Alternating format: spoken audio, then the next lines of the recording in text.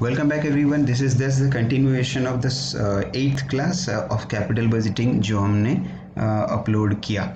तो last class में last video में हम लोग IRR में बात कर रहे थे, जहाँ पे डिस्काउंट रेट्स का जो एक कंसेप्ट लाइन था, higher the discount rate lower is the NPV, उसी को समझने का कोशिश कर रहे थे।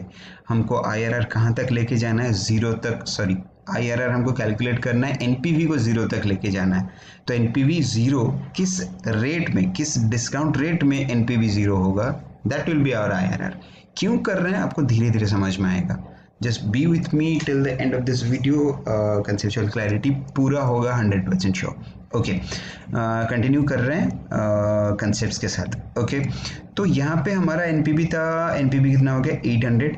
पहले में हमारा एनपीवी था 9160, तो एनपीवी रिड्यूस हुआ due to increase in the discount rate. Still ये ज़ीरो हुआ नहीं है।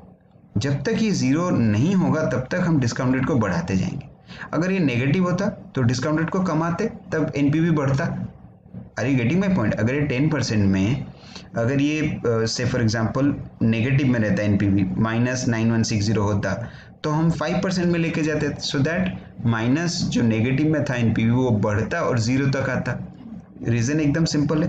तो ये क्योंकि पॉजिटिव में था, हमको ज़ीरो तक लेके जाना है, इसलिए हम ये जो डिस्काउंट रेट है उसको बढ़ा रहे हैं। ओके, बढ़ाने के पीछे लॉजिक क्या था?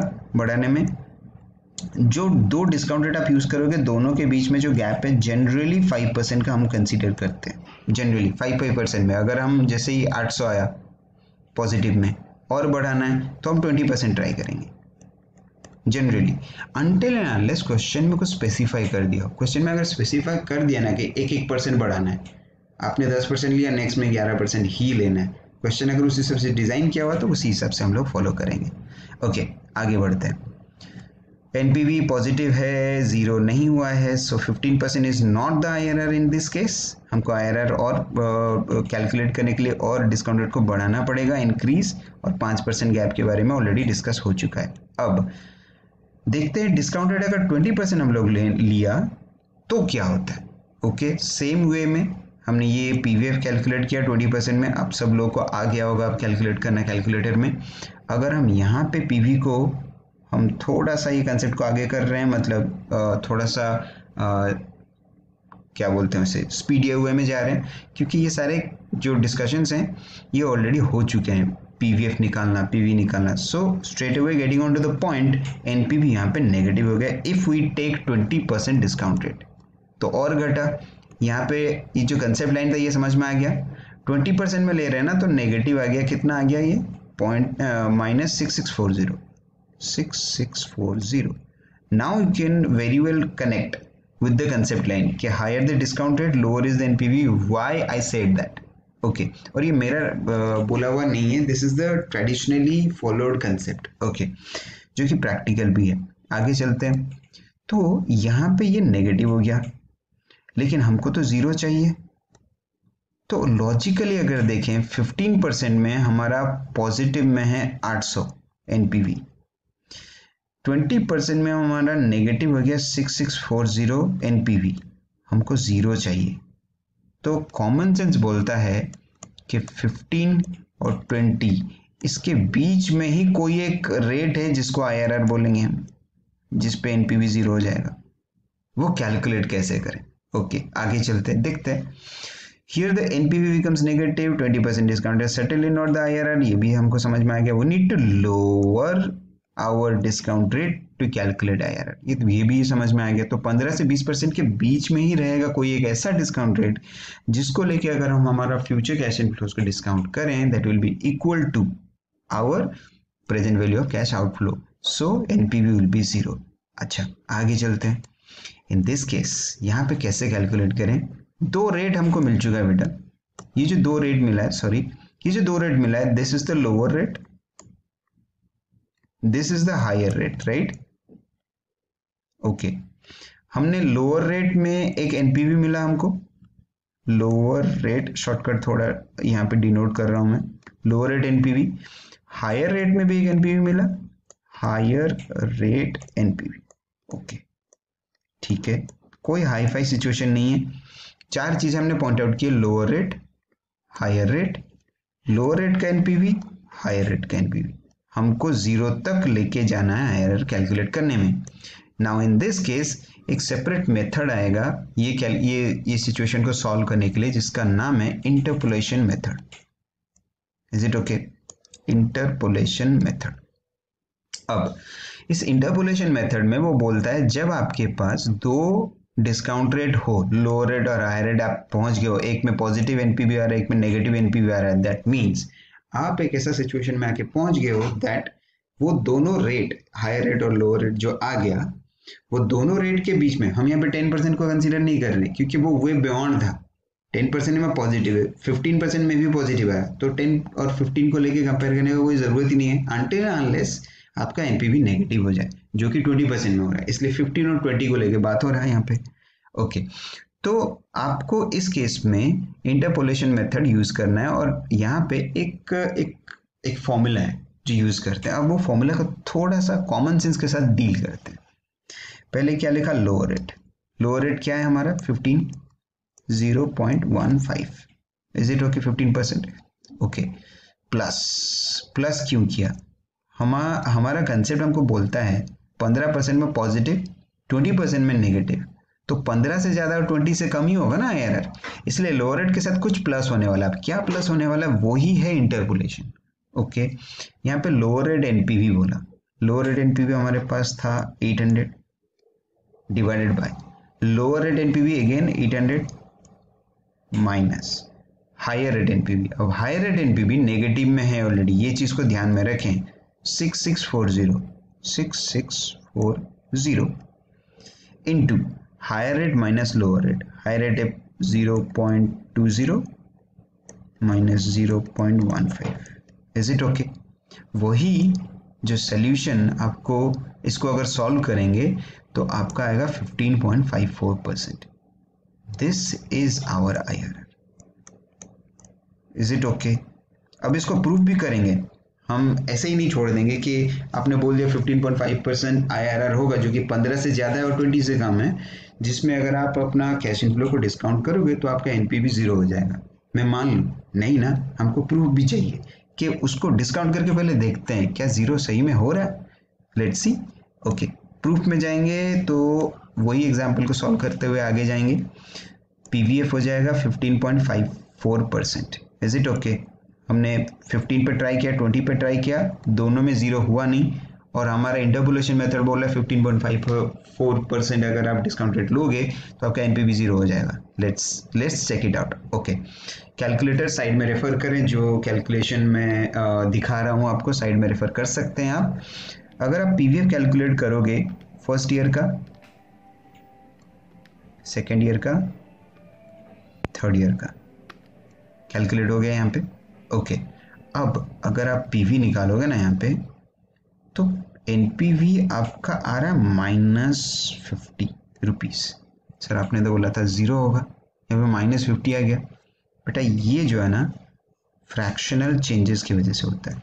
हमने जो ये फ्रैक्शन यूज़ किया, ये फ्रैक्शन क्यों यूज़ किया? हमने राउंड अप किया है। अगर आप जब भी ये फ्रैक्शन निकालोगे ना, जब आप फर्स्ट ईयर, सेकेंड ईयर और थर्ड ईयर का पीवीएफ निकाल रहे हो, वहाँ पे जितने डिजिट्स आ रहे हैं उसको तो आपने राउंड अप करके 3 डिजिट तक लिया। अगर पूरा डिजिट्स ले लोगे ना तो ये 0 ही होगा, 100% श्योर।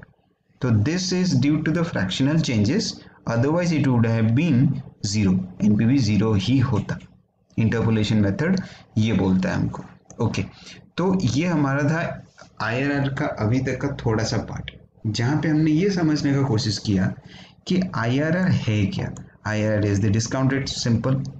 जिस डिस्काउंट रेट से अगर हम अपना पीवी निकालेंगे तो present value of cash inflow will be and will always be equal to present value of cash outflow, that is NPV is equal to 0 always IRR में।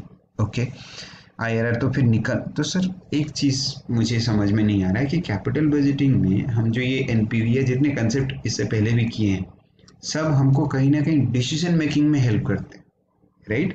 हमें एनपीवी में क्या डिसीजन लाइन रखे थे कि एनपीवी पॉजिटिव रहेगा तो हम एक्सेप्ट करेंगे, एनपीवी 0 हो जाएगा तो ये IRR का केस है, एनपीवी अगर 0 हो जाएगा तो इनडिफरेंट रहेंगे, और थर्ड केस क्या था, एनपीवी नेगेटिव होगा तो स्ट्रेट अवे हम वो प्रोजेक्ट या अल्टरनेटिव इन्वेस्टमेंट स्कीम जो है उसको हम रिजेक्ट कर देंगे। यही था। तो आईआरआर कहाँ मुझे हेल्प करता है, चलते हैं आगे, समझ में आ जाएगा आपको। यहाँ तक पेशेंस के साथ रहें तो थोड़ा सा और कंटिन्यू करें, आपको आईआरआर को लेके कभी भी लाइफ टाइम कोई दिक्कत नहीं होने वाला है। ओके, आगे चलते हैं। यहाँ तक तो हो गया बात सर, इंटरपोलेशन भी समझ गए। आगे चलते हैं। डिसीजन बोला, ये डिसीजन जब लेंगे पहले तो आईआरआर हमको अबव वे में जाके, अच्छा ये जो वे है ये हमने कभी 10%, कभी 15%, कभी 20% किया हमने, ठीक है। और ये कोशिश कर किए हम कि ट्राई किए कि एनपीवी कहाँ जीरो हो रहा है देखें, राइट। तो इसको बोलते हैं ट्रायल एंड एरर मेथड।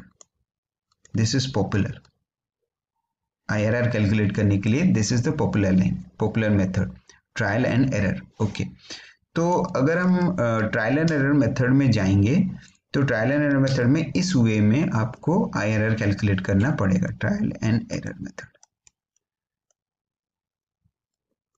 ठीक है। आगे चलते हैं।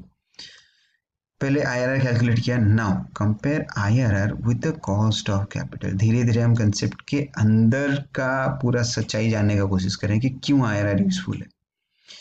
बेटा ये जो कॉस्ट ऑफ कैपिटल है, this is nothing but the WACC और this is nothing but the discount rate. Going by the example जो हम स्टार्ट किए, इनिशियली जब हमने एग्जाम्पल स्टार्ट किया था 10% लेके किया था, राइट।